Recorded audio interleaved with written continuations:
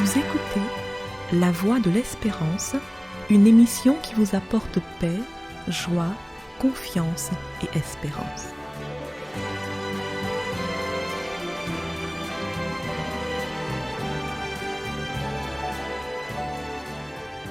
Bonjour la Guyane et bonjour à tous depuis la Guyane. Comme chaque année, tout le mois d'octobre sera dédié à la sensibilisation au dépistage précoce du cancer du sein et au soutien des femmes touchées par cette maladie. Cette opération qui a vu le jour aux USA est connue en France depuis 1994. Le nom a été choisi parce que la couleur rose est généralement reconnue comme féminine, douce, joyeuse et qui évoque la bonne santé. Tout ce que le cancer n'est pas. Pendant tout le mois d'octobre, il y aura une sensibilisation. Sensibiliser les femmes à se faire dépister de manière précoce, ce qui est la clé de la guérison, mais aussi soutenir les patients et la recherche en collectant des fonds afin d'améliorer la situation des malades et de donner aux chercheurs les moyens de continuer leur investigation.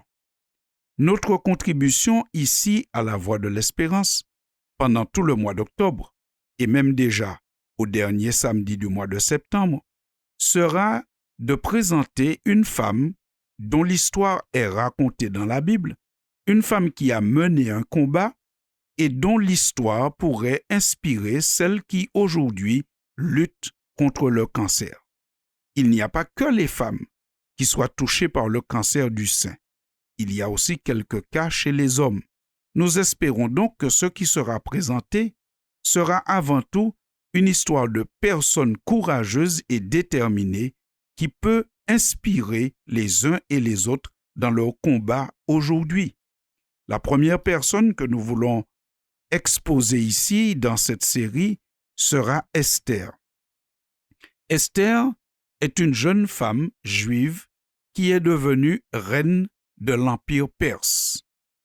Elle a aussi, par son action, sauvé son peuple d'un complot visant à éradiquer toute la nation juive.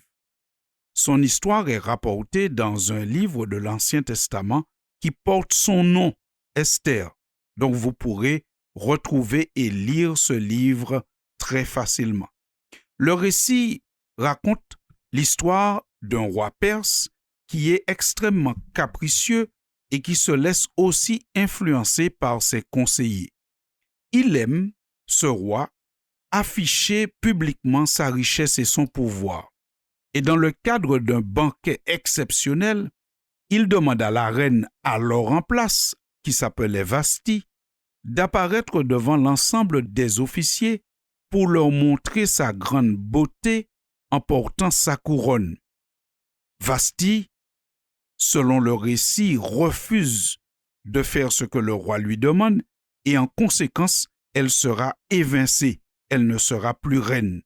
La controverse porte sur la question suivante, à savoir, est-ce que le roi Xerxès voulait que Vashti apparaisse en ne portant que la seule couronne? Il aimait, rappelez-vous, ce roi, montrer son autorité, sa puissance et sa richesse en public. Après qu'il eut donc congédié la reine, ses assistants lui suggèrent de chercher une autre reine. Pour cela, ils vont organiser un casting exceptionnel. Selon les historiens de l'époque, pas moins de 400 belles jeunes filles vierges vont être recrutées pour une sélection. Elles sont d'abord pendant quelque temps entraînées, formatées pour devenir reines et tour à tour elles se présentent devant le roi qui un jour devra faire un choix. Esther fait partie de ces jeunes femmes qui sont en formation et qui peuvent potentiellement être choisies comme reine des Perses. Rappelez-vous, elle est juive, mais il n'y a pas que cela de particulier dans son histoire. Elle est orpheline, elle n'a plus ses parents. Elle est éduquée par un proche qui visiblement prend bien soin d'elle. Son nom en hébreu était Hadassa. Et finalement, lorsque son tour arriva pour être présentée au roi, c'est elle qui a remporté le trophée, et pourrions-nous même dire la couronne. Le roi préféra Esther à toutes les autres femmes et la proclama reine. Mais autour de ce roi, il n'y avait pas qu'Esther, il y avait un certain Aman, un conseiller qui n'aimait pas du tout les Juifs pour des raisons plus ou moins personnelles. Et il a poussé le roi à rédiger un décret ordonnant un génocide contre les Juifs. Esther était juive, rappelez-vous, et elle s'est retrouvée donc en quelque part au milieu d'un chaos possible pour elle-même et pour tout son peuple. Que fit-elle? Alors, elle fit une chose extraordinaire. Esther demanda que tout son peuple prie pour elle et avec elle pendant 3 jours. Elle a donc préparé sa rencontre avec le roi pendant 3 jours dans le jeûne et la prière.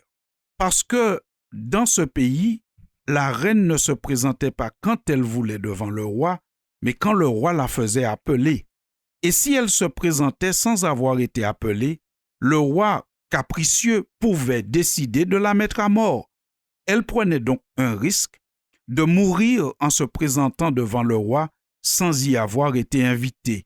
Mais guidée par l'amour de son peuple, guidée par sa foi et sa confiance en Dieu, appuyant sa démarche sur une vie de prière permanente mais particulièrement accentuée pendant 3 jours, elle décida de se présenter devant le roi et finalement, par son intermédiaire, tout le peuple a pu être sauvé. Ainsi, Esther est une jeune fille dont le départ dans la vie est compliqué. Elle est orpheline. Mais même quand on a un mauvais départ, même quand on a une vie difficile et compliquée, il est possible de s'accrocher à des valeurs d'espérance qui sont en Dieu et de pouvoir espérer mieux dans sa vie. Aujourd'hui, nous espérons que cette histoire d'Esther que chacun pourra lire avec grand profit pourra inspirer beaucoup. Il se peut que nous soyons dans une situation où la mort nous menace et menace d'autres personnes qui nous ressemblent. Généralement, quand on est hospitalisé dans un service et qu'on est atteint d'une maladie, autour de nous, il n'y a que des gens qui portent la même maladie et presque destinés au même sort que nous, la souffrance et la mort. Mais Esther a pu rebondir. Et en cela, nous avons une parole de Christ à laquelle nous pouvons nous accrocher. Lorsque Jésus a dit « Je suis la résurrection et la vie. Celui qui croit en moi vivra quand bien même il serait mort. » Vous trouvez cette parole du Christ dans l'évangile de Jean au chapitre 11. Le Christ, dit la Bible, a le pouvoir de la guérison, mais il a aussi et surtout le pouvoir unique de la résurrection, donner la vie. Alors, face à la maladie, nous nous accrochons à tous les bords du vêtement du Christ, parce que nous croyons qu'il est celui qui console, il est celui qui fortifie, qui donne de la force pour traverser les épreuves difficiles, mais il est aussi celui qui peut guérir de toute maladie, dit l'Écriture, mais il est également celui qui ressuscite quiconque croit en lui. Alors, il faut être réaliste. Le Christ n'a pas guéri, même dans la Bible, tous ceux qui ont foi en lui. Certains, avec la foi, sont allés à la mort à cause d'une maladie.